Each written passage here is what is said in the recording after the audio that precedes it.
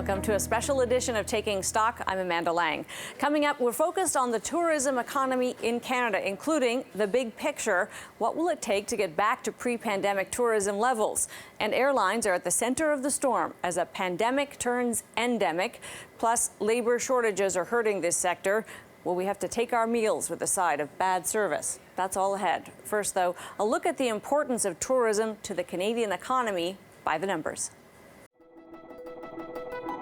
Tourism isn't as big a share of the Canadian economy as you might think, even pre-pandemic, running at about $92 billion a year. By the end of last year, tourism only contributed around 1.3% to Canada's economy. Of course, lockdown isn't great for tourism, so total dollars spent plummeted to $6.9 billion by the second quarter of 2020. And even then, we have to ask, who was traveling? There's been a gradual recovery, but the total spend on tourism is still way below pre-pandemic levels, hitting $15.4 billion at the end of last year. Most of that is Canadians traveling domestically. International tourism was just $2.4 billion at the end of last year, as travel restrictions continued to discourage foreign visitors. But a record number of tourists were recorded in 2019 at 22 million, representing the goal we should aim to get back to. And while straight tourism spending may be small, tourism is estimated to support 1 in 10 jobs across Canada.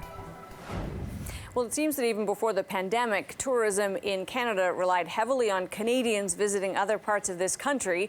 That's the good news. The bad news, or maybe the opportunity, is getting more non-Canadians to put this country on their list for travel. Beth Potter is president and CEO of the Tourism Industry Association of Canada. Beth, great to have you with us. Great to be here. So let's start right there in terms of kind of getting even not just back to normal, but growing beyond what our previous normal was, where international travelers was a pretty small fraction of the total tourism. Canadians really like our country.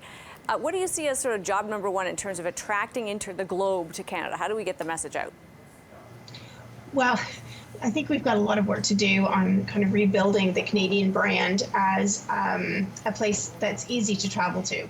And so, we are always looking at how do we make that happen? How do we make sure that we are imparting great information out there?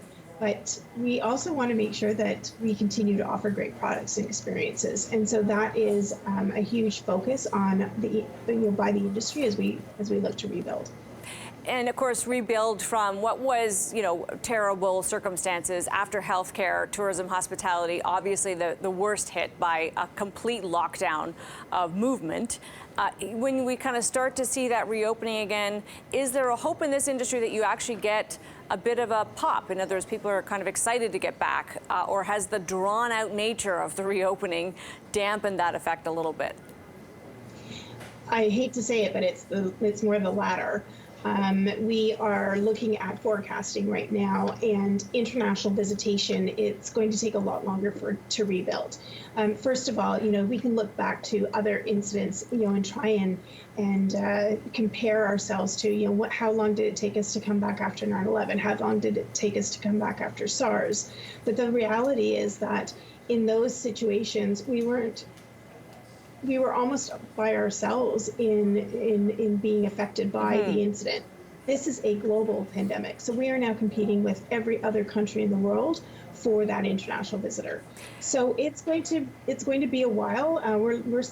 We're forecasting it's end of 2025 before we see 2019 numbers again. Wow. And of course, that's with some real headwinds, right? We've got high costs. Inflation, of course, turns into just big costs for people that are running businesses. We know labor is a huge issue in the service industry. How do you think those two things play out? Do they resolve really gradually? Are you hoping for a kind of a quicker solution and as we look ahead through summer and into the fall? Well, certainly labor has our full attention right now, and we are looking at all kinds of different solutions in order to close the gap on the labor issue. Everything from working more closely with our post-secondary institutions to immigration, and how do we leverage newcomers to Canada as part of our future workforce. The inflation and the higher cost of living and the higher costs of things of goods and services in our supply chain, that is something that we are measuring right now and trying to understand what is going to be that long-term effect. If the cost of fuel, as an example, continues to go up, that is going to have a very real effect on people's ability to travel as the cost of that travel increases with the price of gas. Of course, we want to try to end on an optimistic note because there's a lot of challenges here. Just in terms of kind of the messaging of your industry to would-be travelers, obviously there are a lot of great things to see and do in this country. You've got some headwinds here. What makes you feel good about the weeks and months ahead? This is a really important season for you. It is an important season, and the last 2 years has reintroduced Canada to our own citizens, and Canadians have been really good about getting out and exploring their country, and we want to encourage them to continue to do that. That keeps our travel deficit, hopefully, at a better rate than it was prior to the pandemic. And then we will continue to try and attract those big events, the business traveler back, and hopefully that will help to increase our international visitors as the next few months and the next year come on. Beth, so good to have you with us. Appreciate your time. Thanks a lot. Really appreciate it. Beth Potter is President and CEO of the Tourism Industry Association of Canada.